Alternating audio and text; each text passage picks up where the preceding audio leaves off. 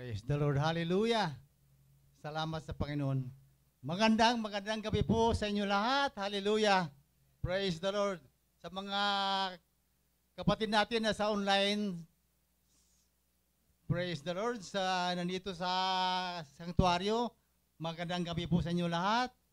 Sa nakatuon sa kanilang mga telebisyon, sa kanilang mga cellphone, na sa online streaming, salamat po sa inyong lahat, sa inyong pakinig ng salita ng Panginoon.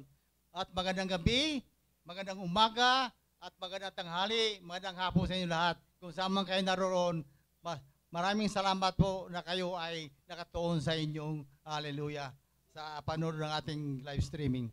So sa gabing ito, tayo po ay mag-aaral ng salita ng Diyos. Hallelujah. At ating pag-aaralan ngayon ay patungkol po sa buhay ng mga Kristiyano. Alam niyo po, sa mundong ibabaw, mayroon dalawang klaseng tao as far as Christianity is concerned. Di ba?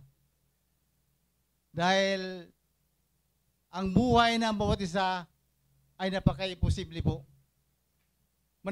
Mananampalataya ka man o hindi, ang buhay ng tao ay imposible. Dahil kung bakit, kung hindi kayo maniwala, mamaya maniwala kayo dahil mayroon tayong salita ng Diyos na magpaliwanag sa inyo na kung bakit ang tao ay may imposibleng buhay. Diba? So, buksan natin ating kaisipan na malawak, open your mind wide and your heart para maintindihan nyo ang salita ng Diyos kung saan ito ay magdudulot sa atin at magbigay ng maraming pagpapala kung ito po ay ating maunawaan at maintindihan. So sa kaming ito, tanungin ko po kayo, do you believe that we have an impossible life? Naniwala ba kayo? Ay kung hindi kayo maniwala, okay lang. Okay rin yan. Kung maniwala kayo, okay rin. Kasi ang bawat isa po, there are two kinds of people in this earth as far as Christianity is concerned. Those who are not in union with Christ, at those who are unbelievers, those who are not in Christ, at ang mga tao po ang kay Kristo ay parehas ding mayroong imposibleng buhay. Kung bakit, ipalawanag natin sa pamagitan ng salita ng Diyos. Now, una po, ang mga hindi nanampalataya ay mayroon ding imposibleng buhay. Magtanong ko kayo kung bakit. Okay naman ang buhay namin, bakit imposible? Yung mayaman naman kami, di ba? Pinagpala naman kami. Ha? Maganda naman ang pakitungo sa kapwa. Okay naman aming buhay, okay naman ang pamilya. Bakit imposible ang buhay namin? Mga kapatid, mayroong parte ng buhay noon na imposible. Di ba? Alam mo kung bakit? Ang hindi na nampalataya, ang buhay na po ay imposible. Ang hindi lang imposible, yung inyong yung hanap buhay nyo. Yung pamumuhay nyo ang hindi imposible. Pero ang buhay ni mismo per se is imposible. Kung bakit? Nasulat sa Biblia po, ang mga taong wala kay Kristo ay imposibleng makapasok sa kaharian ng Diyos. Di ba? Di ba pag wala tayo kay Kristo, tayo po ay imposibleng makapasok sa kaharian ng Diyos.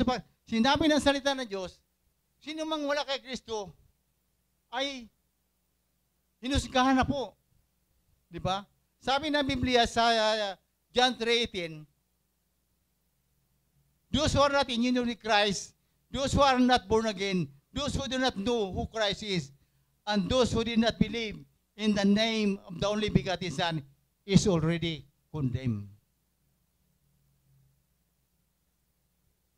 Itong salita ito po ay hindi naman condemning ito eh. Pagkat ang salita ay condemn. Pero ito po ay salita ng Diyos ay hindi nagkukondemn. Ito po ang nagpaalala sa atin na tayo po pag hindi tayo nananampalataya sa Panginoon, we are already condemned. Di ba? Dito. Basahin natin para maliwanag. He who believes in Him is not condemned. But he who does not believe is condemned already because he has not believed in the name of the only begotten Son. Di ba? Imposible po ang buhay na po na makapasok sa kaharian ng Diyos. Dahil sabi ng Biblia, Kapag wala kay Kristo, ay sentensyado ka na. You are already sentenced. Brother Ali, nasa Biblia ba yan? Sentensyado tayo? Nasa Biblia po. Basahin natin sa 2 Corinthians 1:9. Di ba? 2 Corinthians 1:9.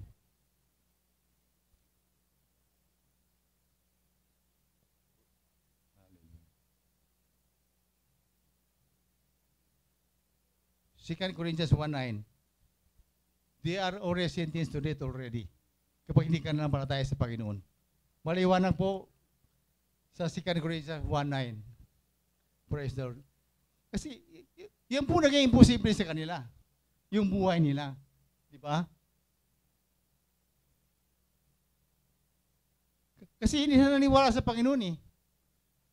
Di ba may kasabihan, kapag ikaw wala kay Kristo, you are already walking dead in this world. Tayo lumalakad para tayong patay. Kasi sentensyado ka na, condemn ka na. Kasi hindi ka nananampalataya. Pero mga kapatid, huwag kang matakot. Hindi kayo kinukondem ng Panginoon. Pag kayo binigyan kayo ng pag-asa ng Panginoon, hindi to ikaw ay tinaning na, hindi po. Ang Diyos ay mahaba ang kanyang pasensya at mahaba ang pagkataon na binigay sa atin lahat. Hallelujah. Nga tayo ay binigyan pagkataon na manampalataya at maniwala sa Kanya. Kaya mga kapatid, imposible ang buhay nila in the sense that they don't believe in the Lord Jesus Christ. Wala silang relasyon sa Panginoon. Pagka sila po ay mayaman, pero mga kapatid, ang kayamanan po ay hindi po makapagligtas sa atin. Ang pera po, maligo ka man sa pera. Magpandaw ka man sa pera. Magsabon ka man ng pera. Umiga ka man sa pera. Hindi pa malinis na yung buhay, ang iyong kasalanan sapagkat kung wala ka sa Panginoon. Hallelujah. Kaya ang pera po ay walang silbi. Pero malaking tulong sa ating pamumuhay. Dahil ang Diyos hindi naman galit sa pera. Hindi galit sa mga mayaman. Galit sila, lalo na sa mayaman, kapag hindi ka nang palataya sa Diyos, kapag ang ginawa mo Diyos ay yung pera mo. Yan galit ang Diyos sa mga tao. Hindi sa tao kundi sa pera nga ginawa mong Panginoon sa buhay mo. Kaya mga kapatid, ang buhay natin kapag hindi tayo nang palataya sa Panginoon ay napaka-imposibleng maligtas pagkapasok sa karya ng Diyos. So, paano naman yung nanampalataya sa Panginoon? Bakit sila rin na mayroong imposibleng buhay? Di ba? Mga kapatid, parehas tayo may imposibleng buhay. Kahit nanampalataya ka, hindi naman yung buhay mo, ang pamumuhay mo ang imposible. Ang mismong buhay mo mismo per se, ang imposible kung bakit ka nakapasok sa karya ng Diyos. Dahil tayo po noon pa man ay makasalanan katulad ko. For the last 30 years, I am a sinner. Di ba? Kung makasano, kung hindi ko nakilala ang Panginoon, imposible ang buhay ko makapasok sa karya ng Diyos. Pero ngayon, taglay natin ang buhay na walang hanggan sapagkat tayo po ay nanampalataya at naniwala sa ating Panginoong Jesucristo. Yan po, ang buhay mo ay imposible nga nakakaroon ng buhay na walang hanggan. Samantalang tayo po ay nung hindi pa tayo nakilala sa Panginoon, we are already condemned and we are already sentenced to death. Kaya nga imposible. Kaya mga kapatid, ang buhay natin, dapat i-cherish natin yung buhay natin nga tayo po ay imposibleng buhay pagkambat ang pamumuhay natin ay hindi imposible. So mga kapatid, kung posible ang buhay natin, to what extent tayo po ay imposibleng buhay? Di ba? Example po, yung rich, young roller. Di ba? Yung lumapit siya sa Panginoon, hindi niya tinatawaan kung paano pa magkaroon ng buhay na walang hanggan. Kasi siya po ay mayaman na mayaman. Pero dito, makita natin na ang rich young ruler, hallelujah, ay sinabi ng Panginoon na mahirap makapasok sa karya ng Diyos. Di ba? Yung sinabi ng Panginoon, ibinta mo lahat ng kayamanan mayroon ka. At sumunod ka sa akin. At ikaw ay magkaroon ng buhay na walang hanggan. Siya po ay tumalikod at nakayuko at walang sinasabi. At bakit kaya yung narinig niya, pinakailaman ng Panginoon yung kayamanan niya? Sapagkat Alam niya ang kayamanan ay itino Diyos at ginawa niya ang Panginoon ang kayamanan niya. Kaya, mga kapatid, ang hindi nanampalataya sa Panginoon ay imposible makapasok sa karyan ng Diyos. Maniwala kayo, mga kapatid. Hallelujah. Sabi nga, yung isa din naman ding mayaman, sabi nga, di ba ng Panginoon mas madali pa makapasok ang kamilyo sa butas ng karayom kaysa mga mayaman. Napaka-imposible naman yun, di ba? That's impossible. Paano makapasok yung kamilyo sa butas ng karayom? Alam mo, napaka-extreme yung example ng Panginoon eh. Imposible talaga, di ba? Imposible talaga ang buhay makapasok sa kanila kung hindi wala ka sa Panginoon. If you are not in union with Christ, if you are not born again, hindi ka talaga makapasok sa karyan ng Diyos.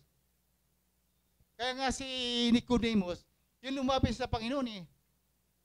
Namangha siya sa mga sagot ng Panginoon eh. Di ba? Yung lumapit siya, kasi patungkol yan sa buhay niya walang hanggan eh. Ang sabi ng Panginoon, unless a man be born again, he cannot enter the kingdom of God. Sabi ni Nicodemus, pailing-iling sabi, imposible yan ah. Paano ka ba makapasok sa tiyan ng nanay for the second time? Ay malaki ka na eh. Kasi ang pagkaintindi niya sa born again ay literal. Mga kapatid, ganyan ang isip ng karamihan sa mga tao hindi na born again. Diba? Yan ang, noon, ganun din ang isip ko noon eh. Paano ka makapasok, makabalik sa tiyan ng kanyang nanay, yung taong na panganak na ng malaki na. Pwede bang ipasok? My goodness, hallelujah. Kaya imposible talaga ang buhay Kristiyano, ang buhay na hindi nanampalataya na makapasok sa karyan ng Diyos. Diba?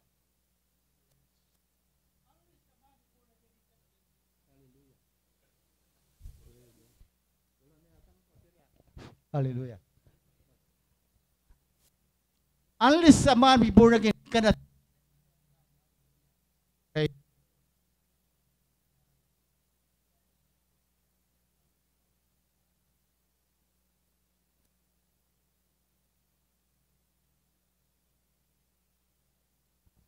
Praise the Lord. Hallelujah. Kaya mga kapatid, mahalaga po ang tinatawag na born again. Huwag ninyong baliwalain yung word na born again kasi ngayon, yung salitang born again parang kumo na sa mga tao eh. Kahit sa mga Katoliko, kahit sa mga ibang kumo na yung born again. Pero alam ba ninyo, ang salitang born again, napakalalim yung meaning yan, nung kahulugan yan, born again. Kasi hindi Nicodemus nga. Di ba? Teacher ng kautusan, ng batas, di ba? Hindi niya naintindihan kung ano yung born again. Ang pagkinin niya, kapag born again niya, papasok ka, pabalik sa tiyan na yung magulang. May hallelujah saya. My goodness. Hallelujah. Kaya, mga kapatid, alam mo, sa karyan ng Diyos, walang bubu, walang matalino, walang sino man na magmamalaki. Ang Diyos lang talaga ang matalino eh. Di ba? Si Nicodemus matalino na. Di ba? Sino ba sa atin pinakamatalino dito? Kung ngayon mo yan eh, kung ngayon mo lang narinig yung salitang born again, baka hindi mo maintindihan eh. Pero ngayon, kung muna sa atin yung born again. So mga kapatid, huwag niyong baliwalain yung salitang born again. I-cherish, yakapin nyo. Magpasalamat ka pa na ikaw po ay na-born again. Sapagkat ikaw ay makapasok sa karyan ng Diyos. Pero kang buhay na malanggan. You have already assurance of salvation that you can go and enter heaven eternally in the name of Jesus. Hallelujah. So mga kapatid, yan po ang dalawang klase ng tao sa mundo. Parehong may imposibleng buhay, pero iba-iba ang destinasyon. Di ba? Pero salamat tayo sa Panginoon, kahit imposible ang buhay natin, kahit imposible tayo maligtas, tayo po ay may assurance of salvation sa ating Panginoon. Hallelujah. So dito po, alam nyo kung tayo po ay nasa Panginoon, marami pong benepisyo na matanggap po natin eh. At marami pong diniklara sa atin ng Panginoon kung sino tayo sa kanyang harapan. Mayroon ako ditong tatlo pinaka primary benefits na makuha natin being born again, being in union with Christ. Una-una po, pinakamalaga, hallelujah.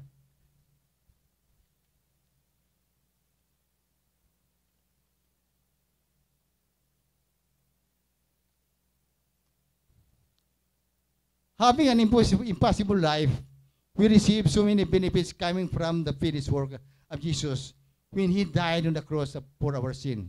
Una-una po, adoption.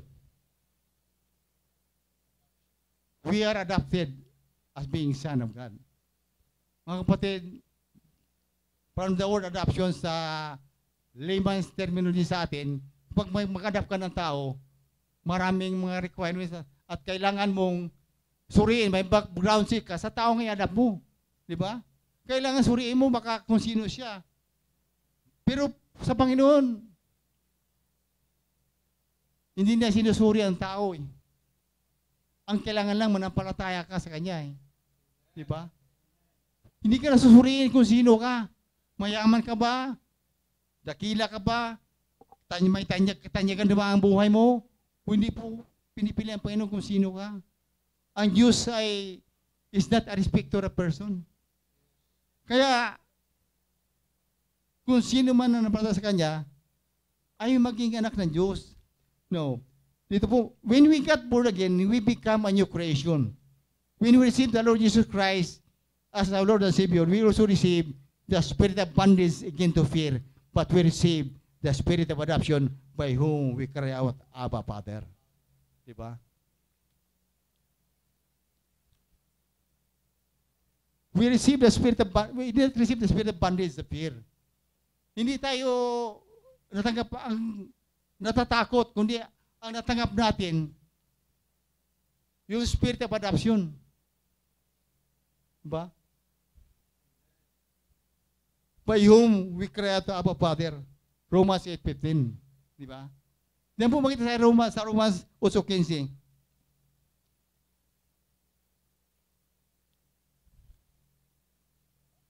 Hindi natin tinanggap yung pagkatakot, kundi ang tinanggap natin nung tayo po inanampalataya sa Panginoon, yung spirit of adoption, tayo po ay inadapt at ginawang anak na ng Diyos. Yan po ang katotohanan ng mga kapatid. Hallelujah. So, dito po makikita natin, it is very amazing, parang imposible nga ikaw ay tanggapin ng Panginoon bilang anak ng Diyos. Na hindi ka naman tayo perpekto katulad ng Panginoon Jesus. Diba? Si Jesus Kristo, ang kanyang anak, ay perpekto. Ay kung ikaw ay maka-adapt na isang tao, dapat perpekto rin ang tanggapin mo. Di ba? Ay perpekto yung anak mo. Kung hindi ka tatanggap ng hindi perpekto, baka kalabanin pa yung anak mo. Di ba? So, ang tanggapin mo, also a perfect man. So dito po, paano tayo tinanggap bilang anak ng Diyos? So, isipin mo napaka-imposible, di ba? Hindi ka man perfecto. Marami kang kasalanan, marami kang kahinaan, di ba? Puno-puno ka ng kayabangan, puno-puno kang kasinungalingan. Ay bakit katanggapin ng Panginoon bilang anak ng Diyos? Pero mga kapatid, hallelujah, ang Diyos is not a respecter of person.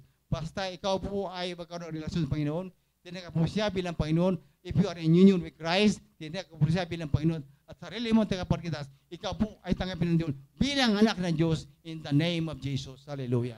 Hallelujah. At hindi lang po, mga kapatid, kung bakit kaya tinanggap, kahit hindi ka perfecto, mga kapatid, ang benepisyo sa krus ng Kalbaryo ay napakahalaga. Bago ka tinanggap na ating Panginoon Jesus, ay diniklir ka muna nga righteous sa harapan ng Panginoon. Hallelujah. We have been made righteous in the sight of God. Kaya tayo tinanggap sa ating Panginoon eh. Di ba? Ang sabi niya, yung tinanggap natin Panginoon bilang Panginoon tagapagligtas sa ating buhay, we are no longer slave. Tayo po ay alipin tayo ng sanlibutan. Di ba? Pero sabi niya, hindi na kayo alipin sa tingin ko. Kayo po ay tinanggap bilang anak na ng Diyos at hindi na alipin. Hallelujah. So tayo po ay magpasalamat sa Panginoon. Tayo po ay tinanggap ng ating Panginoon. Hallelujah. Praise the Lord. Hallelujah. Salamat sa Panginoon.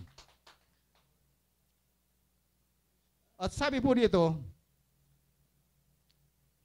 noong tinap natin ating Panginoon, we are no longer enemies of God. Di ba? Kasi dati nung tayo makasalanan, kaaway at kalaban tayo ng Panginoon. Hallelujah. At hanggang ngayon, mayroong ibang nananampalataya, akala nila, galit pa rin ang Diyos sa kanila. Hindi po. Hindi na galit ang Panginoon sa kanila. Sa atin lahat, hindi na. Sapagkat ang lahat ng galit ay pinatong lahat ng Jesus Cristo doon sa krus ng Kalbaryo. Wala nang galit na tira sa Kanya. Di ba?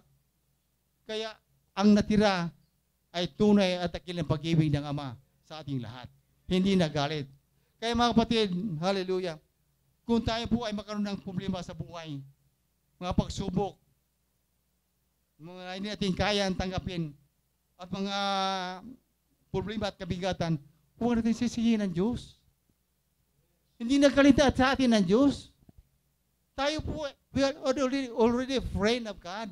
Hindi na tayo kaaway ng Panginoon sapagkat siya po ay sinabi niya na kayo ay tinanggap na bilang anak at hindi na kayo alipin at kayo ay mga anak na sa aking tingin. Hallelujah. Sapagkat ang Diyos Ama ay puno-puno ng pag-ibig at walang tinatanging tao kung sino ka pa man. Hallelujah. So dito makita ng Panginoon na ginawa tayong anak ng Diyos. Hallelujah. After you have redeemed by His blood, hallelujah, maraming ginawa sa akin ng Panginoon. Di ba? Praise the Lord. So, dito, nung tayo ginawa anak ng Diyos, ang mga benepisyo natin tinanggap ay ating na-enjoy hanggang ngayon. Di ba?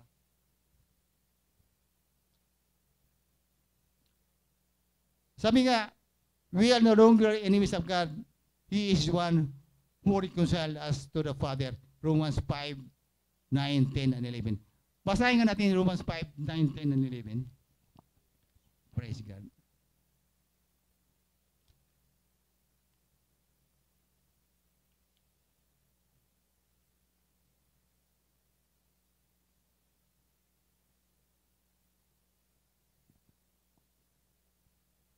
Romans 5, 9, 10, and 11.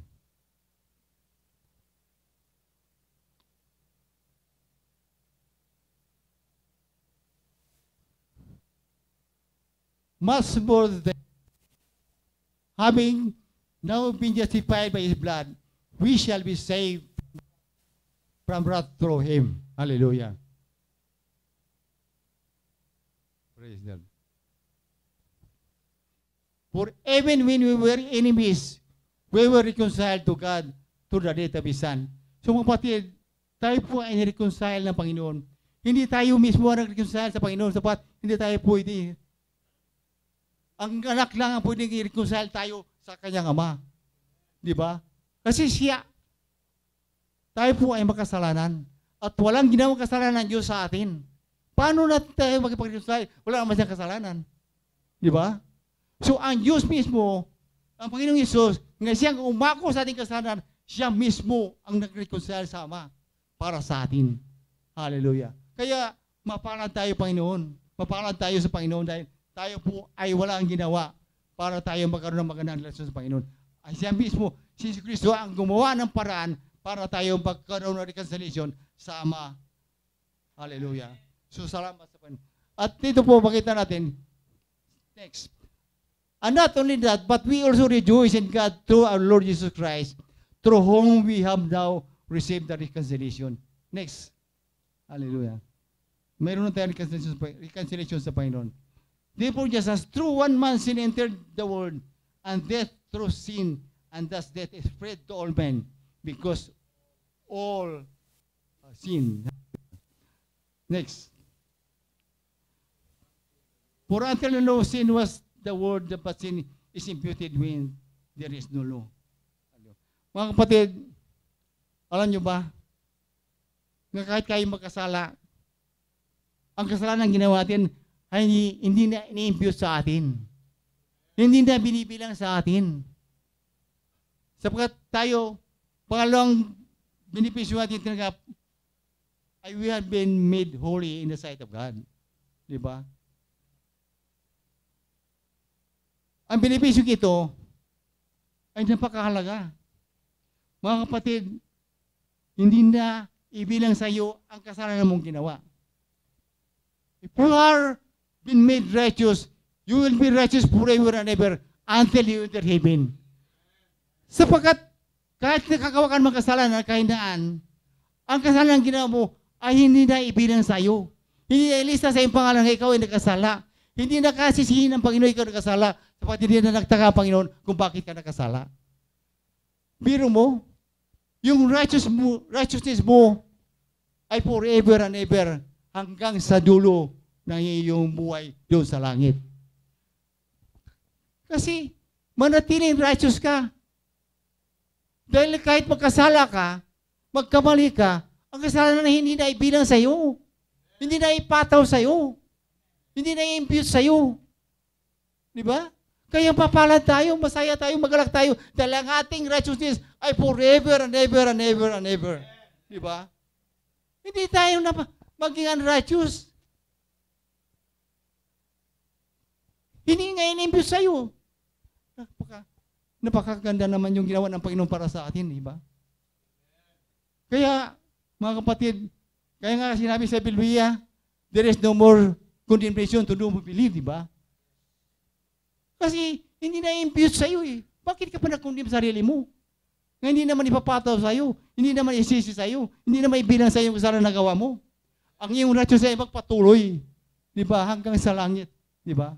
Pagpasok mo sa langit, righteous ka pa rin kahit nakasala ka sa libutan. Hallelujah. Kaya yan ang napakaganda sa grasya. Napakahirap paniwalaan, is impossible to believe. That's radical. Di ba? Bakit biro mo? Hindi na tayo maging makasalanan kahit kailanman. Because the sin you will give to make, it will not be imputed unto you. Hindi na ibilang, di ba? Hindi na i-record sa iyo eh. Bakit ka ba natatakot? Mga kapatid, dito mo makita kung gaano kaganda ang kalooban ng ating Panginoon. Hallelujah. So mga kapatid, hallelujah.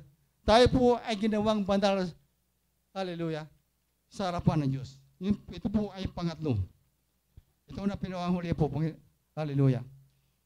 We have been made holy and justified. Basahin natin sa Ephesians 1:4-7.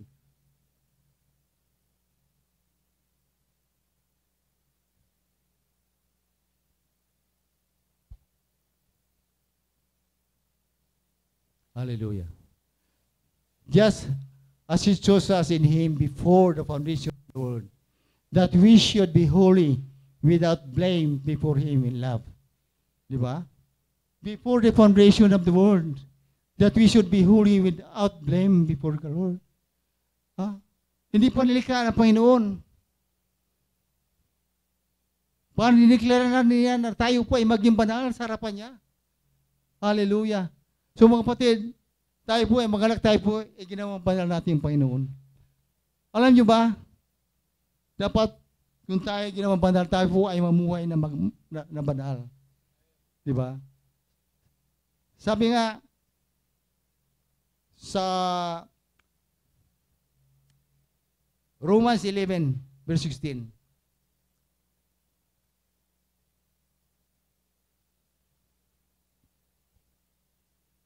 Romans 11, verse 16.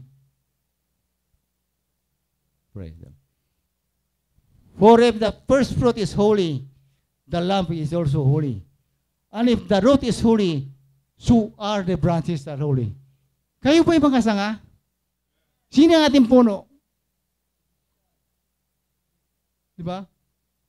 Ang Panginoon, tayo ang sanga. Di ba? Hindi sanga, hindi. Kundi sanga tayo. Hallelujah. Hindi sanga. Praise the Lord. Hallelujah. Tayo po ay sanga. If He is the root, that is holy, and we are the branches. So if we are the branches, we are also holy. Mawala pa ba ang pagkahuli mo? Kung ikaw'y nakakapit sa puno, nakaugat ang sanga sa puno, mawala pa ba ang pagkapanal mo?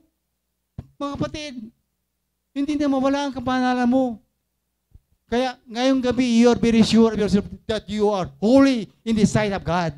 Hallelujah. Holy and righteous. Hallelujah. Pastor, kung magkasala ako ay holy at nagkasala, ano naman tawag sa akin?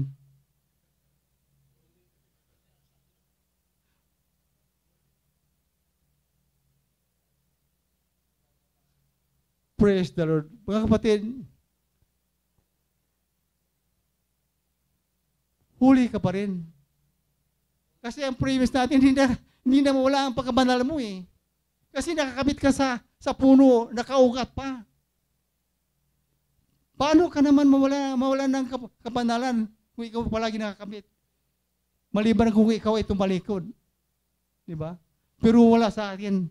Hindi tayo ang mga tao tumatalikod sa Panginoon.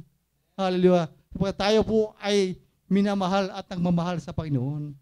Hallelujah. Kaya mga kapatid, huwag tayong matakot sa ating sarili. Kung anong mo nakita mo sa kapaligiran, marinig mo mga balita sa sanlibutan, huwag kayong matakot, huwag kayong maglumiyanan. Your righteousness and holiness will never be banished unto you, but it will remain until you will go to heaven. Hallelujah. Praise the Lord. Salamat sa Panginoon. So yan po ang biyaya sa pagiging, hallelujah, bandal sa harapan ng ating Panginoon. Sabi nga dito sa 1 Peter 1:15, He called you holy. Be holy also in your conduct. Dito ang mabigat.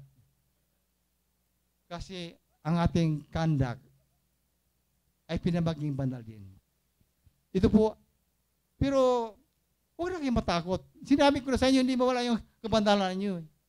Pero kung ikaw ay bandal, magpakabandal tayo. Mamuhay tayo na may kabanalan. Hallelujah. Ay kung magkasala, diyan tawag sa inyo, bandal na wala sa katuwiran. Hallelujah. Kung ang bandal na pagkasala, ang tawag doon, mga bandal na wala sa katuwiran. Praise the Lord. Pero mga kapatid, kahit wala sa katuwiran, matuwid pa rin kayo. Kahit hindi kayo gumagawa ng kabandal, bandal pa rin kayo. Basta hindi kayo umiwalay sa Panginoon, palagi kayo nakakabit sa puno at ikaw ay nakaugat at hindi na mawala ang inyong kabandalan. Diba? Pero we have to conduct holy. Diba? Ang pagkandak ng holy, hindi naman para sa Panginoon eh, kundi sa kapwa yung mga kapatid. Kasi napakahalaga eh. Napaka-awkward naman eh. Ikaw ay banal, ikaw ay holy, tapos magaspang yung kilos mo. Diba? Dapat, panindigan mo yung anong mayroon ka. Panindigan yung identity mo in Christ, that you are holy and righteous.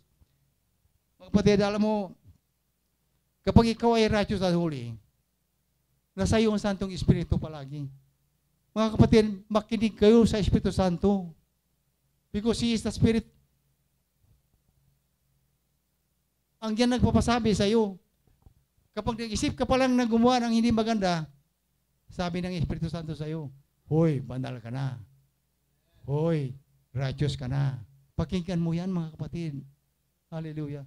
Marinig mo yan. May conviction yan sa iyo. Sinabi, bandal ka na, huwag ka nang. Ipapatuloy yan. Huwag kang gumawa ng kabulskugan, kay bandal ka na, at huli ka na, at righteous ka na, sa paningin ng Diyos. Kaya bakit napaka-importante, kung saan tayo po ay tumanggap ng tatlong benepisyo na ito sa buhay natin, mga kapatid. Napakahalaga. Hallelujah. Kaya, ngayon, sa ating pamumuhay, alam niyo po, ang lahat ng tao may dignidad at may integridad. Di ba? Kahit yung wala sa Panginoon, may integridad din sila, may dignidad din, di ba? Pero, paano mo ma-maintain yung integrity mo? kung hindi ka banal sa harapan ng Diyos. The only thing that upholds your integrity is your holiness and righteousness. Pag tanggalin yan, kahit anong gawin mo para maging may integridad ka, may dignidad ka, mga kapatid, hindi mo magawa yan. Magawa mo yan pa imbabaw, pakita ang tao lang. Pero ang totoo, sa likod yan, ang ginawa mo ay iba. Di ba?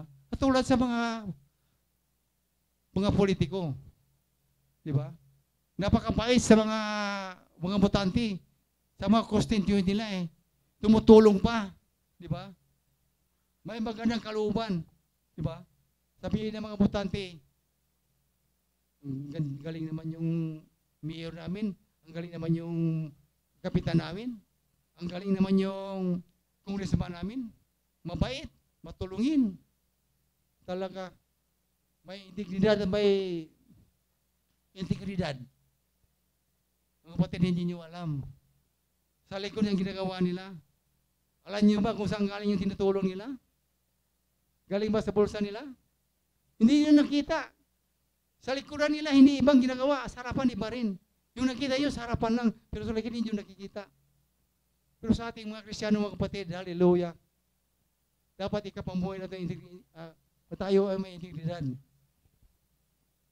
At gamitin natin bilang isang Kristiyano nga tayo po ay pinagbandalan ng Panginoon.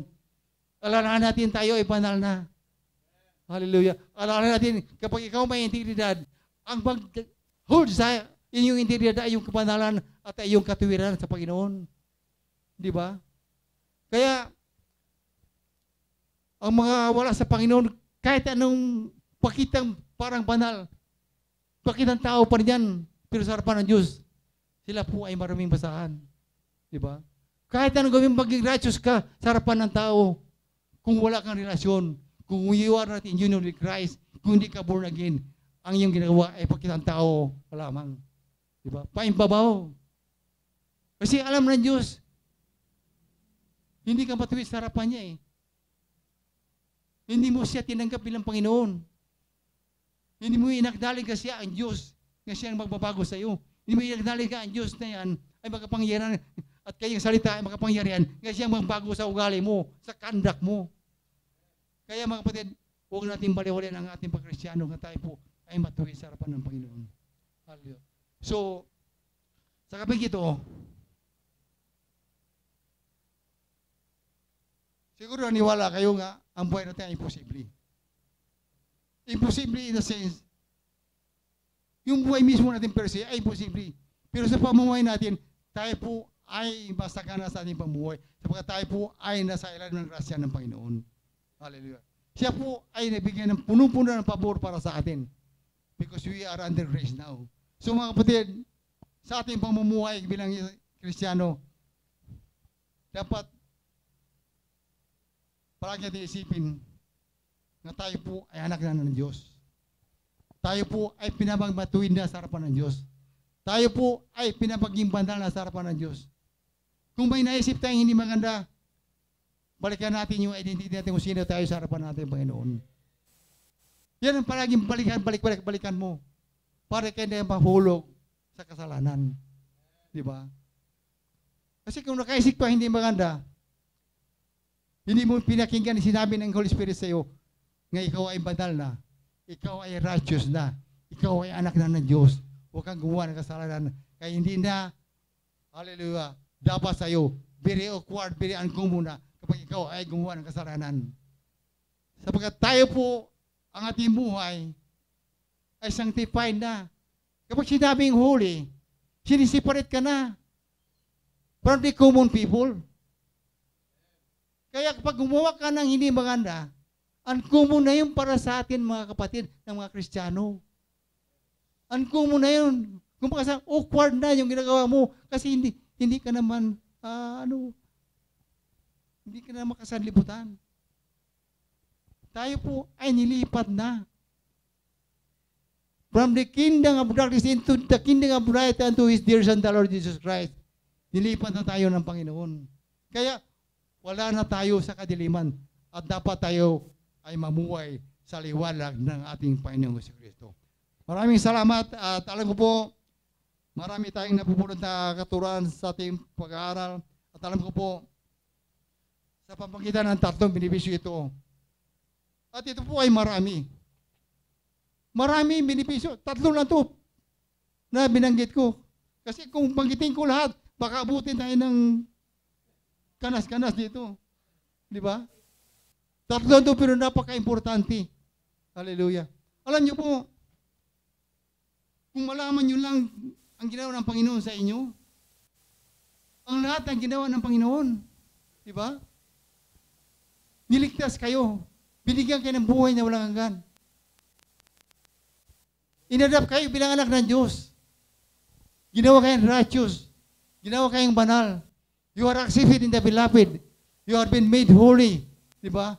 You are accepted in the beloved, so you are so loved by the Lord Jesus Christ. Kung malaman nyo lang, diba? Hindi para nagtapos ang Panginoon. Alam niya, tayo po ay magkaroon ng problema sa ating pamumuhay.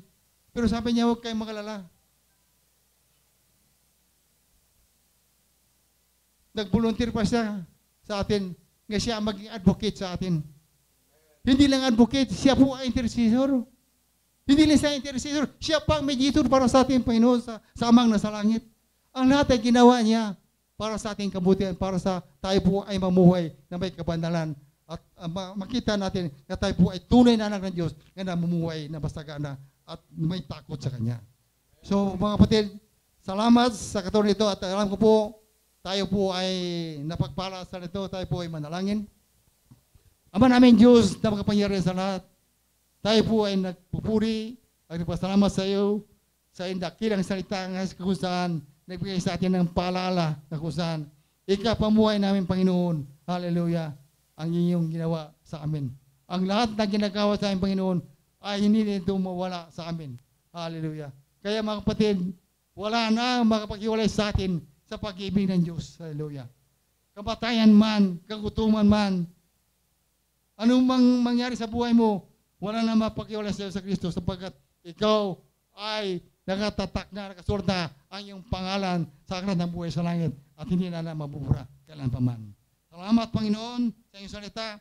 At dalangin ko, Panginoon, hallelujah, may kabumuhay na, Panginoon, ang mga salitang binabanggit dito, Panginoon, na kung saan kami po ay mamuhay bilang isang tunay na nanampalataya sa iyo na may takot at nagkaroon ng buhay na walang hanggan in the name of Jesus. So, Father God, we give you praise, we give you honor, at sa aming pagbibigay, Panginoon, patuloy mo palain, Panginoon, ang aming pagbibigay, multiply the blessing that you are receiving, and we can be a blessing to others, to God, in the name of Jesus. Salamat sa Diyos sa iyong kabuti kadakilaan, sa dakilang pangalan ng aming Jesus. Ang lahat po ay magsabi na, Amen and Amen. Salamat sa Panginoon. Hallelujah. Imposible po sa larangan ng ating pananampalataya. Pero sa pamumuhay, maring maging posible. Pero ibig pong sabihin, ang konsepto po ay hindi madali ang buhay ng mananampalataya. Sapagkat dito sa buhay, dito sa lupa, ay merong kakaibang buhay na ini-expect ang Panginoon sa atin. Hindi siya nasusurpresang tayo po ay nagkakamali, hindi siya nagugulat na tayo po ay nadadapa pagkaminsan. Pero bilang mga anak ng Diyos, mga pinapaging banal, pinapaging matuwid, pinapaging malinis, iniligtas at itinuring na anak, praise God, ay may inaasahan, may ine-expect sa ating lahat. That yung expectations po, it's not easy na ma-accomplish o ma-achieve. Kasi ibang-iba po yung buhay sa kaharian ng Diyos kaysa yung buhay dito po sa kaharian ng sanlibutan. Alam natin na tayo po ay nabubuhay sa dalawang mundo. Tayo ay nabubuhay sa dalawang kaharian. Kaharian ng Diyos sa kaharian ng ating Panginoong Hesus na ang liwanag at kabanalan ang nagpiprevail. Tapos kaharian ng sanlibutan na ang kadiliman ang nagpiprevail. Sabi nga, the kingdom of God is not meat and drink. The kingdom of God is righteousness and peace and joy in the Holy Ghost. Kaya parang ang konsepto po ng message ni Kuya Ali, palibhasa dalawang mundo yung ginagalawan natin, it seems impossible na sa mundong ito ay maikapamuhay natin yung buhay ng kaharian ng langit. But it is possible sa piling ng ating Panginoon. Apart from the Lord Jesus Christ, it is impossible. But with God and with Christ, all things are possible. Sabi nga, apart from Christ, we can do nothing. But with Christ, we can do all things. Hiwalay kay Kristo, wala tayong magagawa. Pero kapag tayo ay nakipag-isa kay Kristo, ang lahat ay ating magagawa. Sapagkat siyang nagpapalakas sa atin. Amen? At ang identity kasi natin talaga, tayo po ay pinapaging malinis na, pinapaging banal na, pinapaging matuwid na, sa harap ng ating Panginoon bilang born again, tayo po ay banal at pinapaging matuwid na. At ang righteousness natin at holiness natin will be for the rest of our life. Sa buhay na ito at sa buhay na darating. So yun po. Kaya medyo madiin lang po yung talagang kapag ikaw ay born again na, hindi na imputed sa iyo yung mga kasalanan sapagkat ang kasalanan nating lahat ay pinatawad na ng ating Panginoon. Kaya medyo mahirap paliwalaan pero pag babasahin mo yung Romans 7:8, dun sa Romans 4:7 and 8, basahin muna natin sa English tapos lipat natin sa Tagalog. Parang napaka-imposible pero ito po ang pangako niya Ito ang sinabi niya patungkol sa atin Blessed are those whose lawless deeds are forgiven and whose sins are covered. So, blessed is the man to whom the Lord shall not impute sin. So, ang sabi po, mapalad, blessed is the man to whom the Lord shall not impute sin. Yung impute po doon, accounting term. At ang ibig sabihin po, to put into your account. So, pagka, halimbawa, ako ay magdideposito ng, magbibigay ng GCash, halimbawa, kay Kuya Lito, yung GCash ay ini-impute ko sa kanyang account. Ibig sabihin, inilalagay ko yung aking blessing sa kanya. Nire-record ko para sa kanya. Hindi wala na sa akin, nasa kanya na. Basahin natin sa Tagalog. Sa Tagalog, ito ang ibig sabihin po niyan Tapos magpe-pray na ulit tayo. Sabi, mapalad. Pakibasa nga po natin. Mapalad. Yung verse 7 muna. Verse 7. Mapalad ang mga taong ang mga kasalanan ay pinatawad na. Sabihin mo nga sa iyong katabi, pinatawad na ang iyong mga kasalanan. At pinatawad rin sa kanyang mga pagsalansang. Ibig sabihin, lawless deeds. So, mapalad ang taong hindi na pagbabayarin ng Panginoon sa kanyang mga kasalanan. So, yan tayo. Yan ang mga born again. Yan yung mga nakipag-isa kay Kristo. Lahat ng mga kasalanan natin ay napatawad na. At ang nagpatawad at nag-alis ng mga kasalanan natin ay ang kanyang kamatayan at ang kanyang dugo sa krus ng Kalbaryo. So, parang hindi ka panipaniwala, no? Nagkakasala pa rin kami. Paano yun? Kung lahat ng kasalanan namin ay napatawad na, paano yung pagkakasala namin ngayon? Baka sabihin nyo, yung pagkakasala lang natin noon ang napatawad. Hindi po lahat ng kasalanan ng taong noon, ngayon, at kasalanan ng mga taong ipapanganak pa, binayaran na ng dugo ng ating Panginoong Hesus sa krus ng Kalbaryo. Wala ka pa, pinatawad na yung mga kasalanan mo sa krus ng Kalbaryo. Kaya sa larangan ng ating relasyon sa ating Panginoon vertikal, lahat ng mga kasalanan mo, gagawin, ginawa, at nagawa ay napatawad na.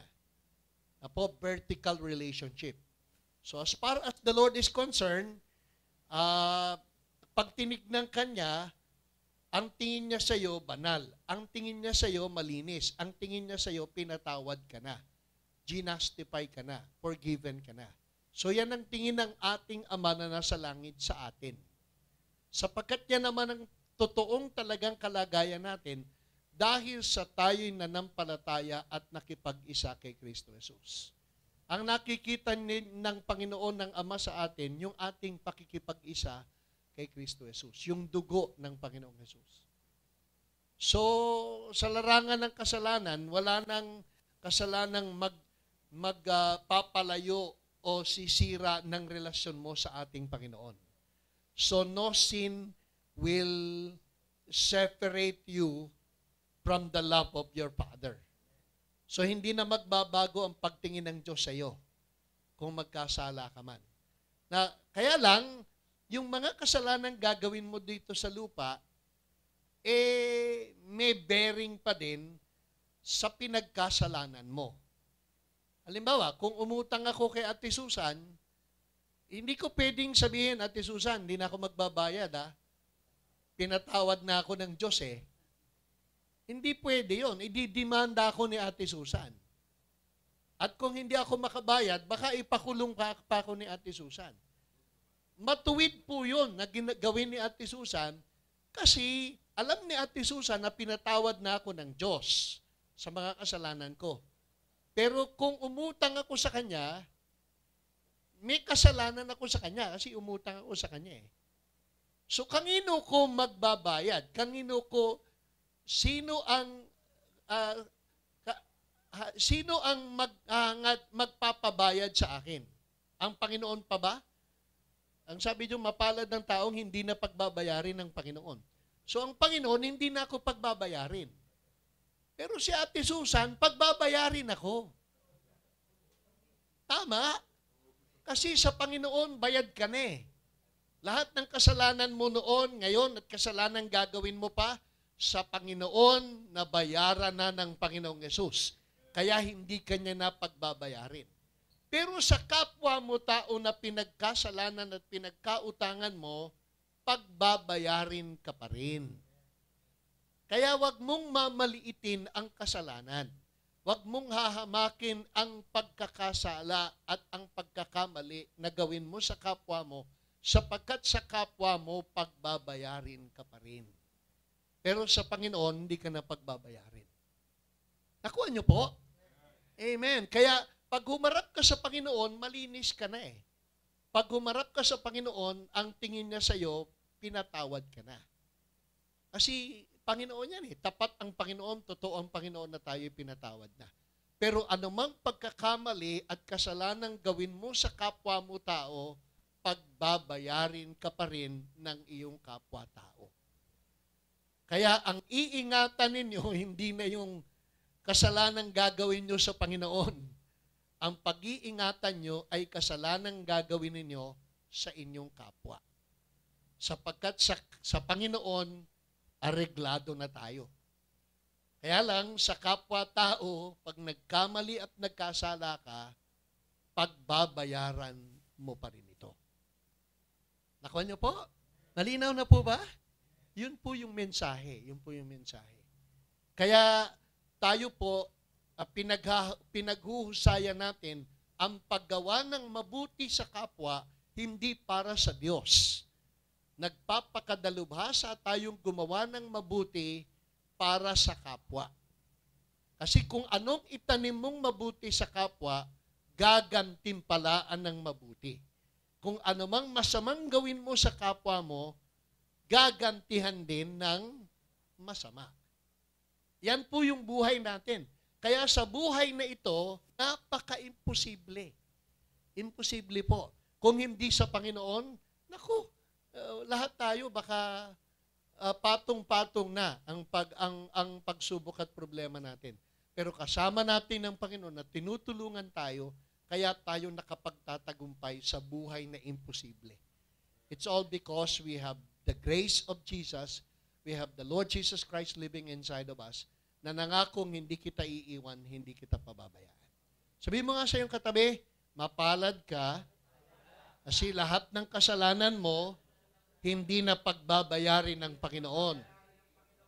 Pero mag-ingat ka sa paggawa ng masama at mabuti sa kapwa, sapagkat ang kapwa mo pagbabayarin ka pa rin. Amen. Amen? Kaya pag mabuti gawin mo sa kapwa mo, mabuti aanihin mo. Pero kapag masama ang gawin mo sa kapwa mo, huwag kang magtatampong ikaw ay mag-ani ng masama sa mundong ito. Kaya sa kaharian ng langit, pinatawad na tayo, pero sa kaharian ng mundo, pagbabayarin pa rin tayo. Yan po yung mensahe. Amen po? So, mapalad. Sabi mga sa iyong katabi, napakapalad mo. Napakapalad. Amen.